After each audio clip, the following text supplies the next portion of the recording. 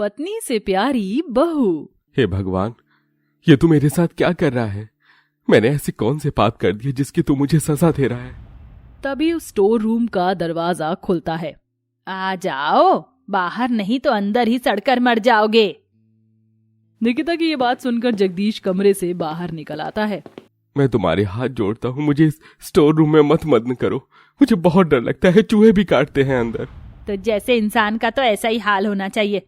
चल जल्दी से जाकर आने वाले मेहमानों के लिए खाना बना दे, और हाँ, रसोई के बर्तन भी धोने हैं।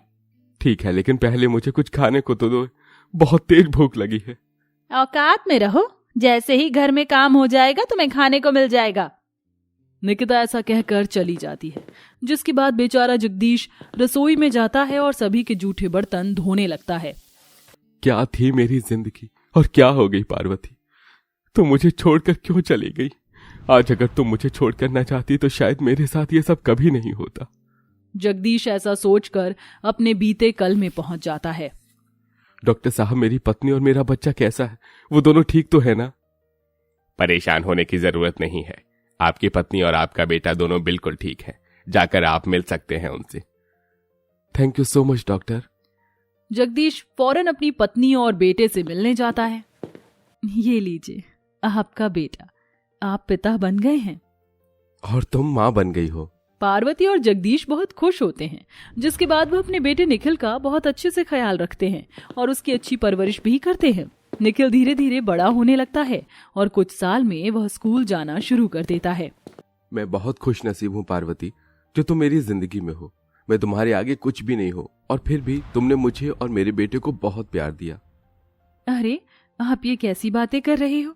आप मेरे पति हो और निखिल मेरा बेटा है। जल्दी चलो, आज उसके स्कूल में उसका पहला फंक्शन है, हम उसे मिस नहीं कर सकते। जगदीश का सारा ध्यान पार्वती पर था। तभी आगे से एक बहुत तेज ट्रक आता है और उसका एक्सीडेंट हो जाता है। जब जगदीश की आंखें खुलती हैं तो वो अपने आप को अस्पताल में पाता है। नर्स, मेरी पत्नी कहाँ है? मेरी पत्नी मेरे साथ थी। माफ कीजिए, आपकी पत्नी अब इस दुनिया में नहीं रही। एक्सीडेंट के दौरान उन्हें बहुत चोट लगी थी और बहुत सारा खून भी बह गया था। उनका शव अभी अस्पताल के मुर्दा घर में है। जब से मैंने निकिता से शादी की है, मेरी प्रॉपर्टी के लालच में उसने मेरी ये हालत कर दी है, और मेरे बेटे को तो उसने मुझसे ही छीन लिया। जगदीश को अपने आप से ये सारी बातें करते हुए निकिता पीछे से सुन लेती है। अच्छा, तुम्हारी इतनी हिम्मत कि तुम मेरे बारे में ये सब कहोगे? अभी बताती हूँ तुम्हें। निकिता गैस ऑन करके अपना हाथ गैस पर जला लेती है। तुम ये क्या कर रही हो? इसी के चलते तुम्हारे बेटे को तुमसे दूर कर दूंगी, वो नफरत करेगा तुमसे। सुनो, ये सारे काम करके ये कपड़े पहन लेना, नए हैं। आज घर पर तुम्हारे बेटे के रिश्ते वाले आ रहे हैं, कोई गड़बड़ नहीं होनी चाहिए। निकिता कपड़े देकर अपने ही पति को धमकी देकर जाती है। बेचारा जगदीश बहुत परेशान होता है। वो सारे काम अकेले करके नहा धोकर उन कपड़ों को पहनकर तैयार हो जाता है, जिससे वो थोड़ा साफ सुथरा लगता है। जैसे ही मेहमान आ जाते हैं, निकिता जगदीश के हाथों से बना हुआ सब खुद से लेकर आती है, जिससे कि सबको ये लगता है कि निकिता ने ही वो सब बनाया है। उसका जला हुआ हाथ देखकर उसका सौतेला बेटा निखिल उससे कहता है, माँ, आप जरा इधर आना, मुझे बताओ ये आपका हाथ कैसे जल गया? जाने दे बेटा, तू जानकर क्या करेगा? क्या ये पिताजी ने किया है? छोड़ ना बेटा, जो हुआ उसे भूल जा। आखिर मैं दूसरी पत्नी हूँ, पहली पत्नी की जगह थोड़ी ले सकती हूँ। ये सुनकर निखिल का खून बहुत खौल जाता है। मेहमानों के जाने के बाद निखिल अपने पिता को उस गलती के लिए डांटता है जो गलती उसके पिता ने कभी की ही नहीं। आप जैसा पिता होते ही मर जाना चाहिए था। ये कहकर निखिल घर से बाहर अपने दोस्तों के पास चला जाता है और उसके जाते ही निकिता वापस जगदीश को स्टोर रूम में बंद कर देती है, जहां वो उसको एक प्याज के साथ सूखी रोटी खाने को दे देती है। जगदीश वहीं रोता रह जाता है। कुछ दिनों में निखिल की शादी उसकी पसंद की लड़की से हो जाती है। बहू, आज तुम्हारी पहली रसोई की रस्म है, चलो अपनी पसंद से कुछ बना लो। ठीक है माँ जी, आप मुझे रसोई बता दीजिए कहाँ पर है। श्रेया रसोई में जाती है और सभी की पसंद के हिसाब से नाश्ता बनाकर टेबल पर लगा देती है। क्या हुआ पिताजी, आप इतने शांत क्यों बैठे हो? कुछ नहीं बहू, बस ऐसे ही।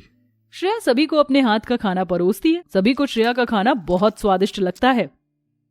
क्या हुआ पिताजी, आपने खाना नहीं खाया? नहीं बहू, मेरा मन नहीं है, मेरी तबीयत ठीक नहीं लग रही। चलो मैं जाता हूँ। जगदीश ऐसा कहकर चला जाता है। उसका ये व्यवहार श्रेया को थोड़ा अजीब सा लगता है। छोड़ो श्रेया, पिताजी ऐसे ही हैं, उन्हें किसी की फीलिंग्स की कोई कदर ही नहीं है। निखिल ऐसा कहकर ऑफिस चला जाता है। श्रेया नाश्ता करके अपने कमरे में चली जाती है। उसके जाते ही निकिता जगदीश को डांटती है और उससे घर के सारे काम करवाती है। अरे नास पीटे, जल्दी से काम कर ले, बहू ने देख लिया तो मुझसे बुरा कोई नहीं होगा। आज तुझे खाना भी नहीं दूंगी।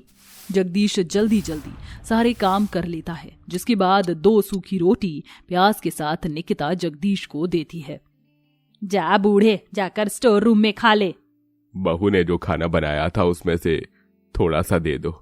रोजाना वो प्याज और सूखी रोटी से मेरे पेट में दर्द होता है। ज्यादा हवा में उछलने की कोशिश मत कर, नहीं तो तेरे सारे पर काट दूंगी। चुपचाप जो दिया है उसे खा ले। निकिता जगदीश को स्टोर रूम में बंद कर देती है। अंधेरे में बेचारा जगदीश रोते हुए ये सब खा रहा होता है, जिसके बाद निकिता वहां से चली जाती है। उसी के थोड़ी देर बाद स्टोर रूम के बाहर से श्रेया गुजर रही होती है। उसे स्टोर रूम से आवाज आती है। इस स्टोर रूम के पीछे क्या है? इसके पीछे से आवाज कैसी आ रही है? निखिल की शादी के बाद भी निकिता अपने पति के ऊपर इसी तरह अत्याचार करती रहती है। एक दिन रात के समय श्रेया को स्टोर रूम से बहुत ज्यादा आवाज आती है। माँ जी से मैंने कितनी बार पूछा, लेकिन उन्होंने मुझे नहीं बताया। लेकिन आज फिर से स्टोर रूम के अंदर से आवाज आ रही है। अब तो मुझे जानना ही है कि इसके पीछे का राज क्या है। श्रेया चोरी छिपे निकिता के कमरे से स्टोर रूम की चाबी चुराकर स्टोर रूम खोलती है, जहां उसे अधमरी बीमारी हालत में उसका ससुर स्टोर रूम की जमीन पर सोता हुआ नजर आता है। पिताजी, पिताजी आप यहाँ क्यों सो रहे हैं? तुम यहाँ क्या कर रही हो बहू? चली जाओ। अगर उस जल्लाद औरत ने तुम्हें यहाँ देख लिया तो मुझे बहुत मारेगी। आपको तो बहुत तेज बुखार है, आप मेरे साथ बाहर आइए।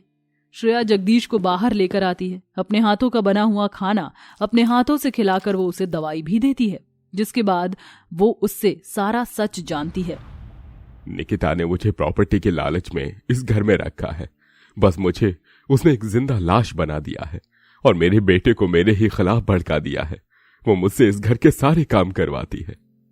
पिताजी आप चिंता मत कीजिए, बहुत जल्द आपकी जगह और आपका बेटा वापस से आपको मिल जाएगा। ये एक बहू का आपसे वादा है। अगले ही दिन श्रेया निकिता की बिना परमिशन के ही जगदीश को एक शादी का बहाना लगाकर उनके दोस्त के घर भेज देती है। ये क्या बहू, घर में सारे काम ऐसे ही पड़े हैं, तुमने कोई काम नहीं किया? तुझे दिख तो रहे हैं ना, तो तू कर ले बुढ़िया। तू क्या इस घर में सिर्फ बिस्तर तोड़ रही है? ये कैसे बात कर रही हो तुम? देख बुढ़िया, ज्यादा मचमच मत कर मेरे सामने। तू जानती नहीं है मुझे। अगर तूने मेरा कहा नहीं माना तो इस गैस पर तेरा मुंह रखकर तुझे जला दूंगी। चल अब मेरे लिए खाना बना। बहू पहले मुझे छोड़ तो बनाती हूं तुम्हारे लिए खाना। अगर तूने इसके बारे में मेरे पति से कुछ कहा तो अंजाम बहुत बुरा होगा। किसी से कुछ नहीं कहूंगी, मैं वादा करती हूं। अब निकिता घर के सारे काम अकेले करती है और श्रेया उसके ऊपर राज करती है। एक दिन वो बहुत ज्यादा थक जाती है। मैंने मेरे पति के ऊपर कितने अत्याचार किए, वो बेचारा सब सहन करता रहा। लगता है उसी की सजा मुझे मिल रही है। क्यों माँ जी, अब एहसास हुआ आपको? जब आप ऐसा पिताजी के साथ करते थे तो उन्हें कैसा लगता होगा? इसका मतलब तुम्हें सब पता है। मुझे माफ कर दो बहू, मुझसे बहुत बड़ी गलती हो गई। मैंने अपने पति के साथ बहुत बुरा किया, मुझे ऐसा नहीं करना चाहिए था। ये सब निकिता के मुंह से उसका बेटा निखिल भी सुन लेता है। माँ, मुझे तो विश्वास ही नहीं होता, इतने सालों से आपने मुझे धोखे में रखा। आप मेरे पिता के ऊपर इतने अत्याचार करती रही और मुझे पता भी नहीं चला। निखिल अपनी माँ को डांटने लगता है। तभी श्रेया अपने ससुर को घर लेकर आती है। जगदीश को देखते ही निखिल उसे पहली बार गले से लगाता है। पिताजी मुझे माफ कर दो, मैंने आपके ऊपर ही विश्वास नहीं किया। कैसा बेटा हूं मैं। कोई बात नहीं बेटा, गलती इंसान से ही होती है। निकिता भी जगदीश से माफी मांगती है। वो उसे भी माफ कर देता है। अब निकिता अपने पति की बहुत इज्जत करती है और सब लोग एक साथ खुशी खुशी रहने लगते हैं।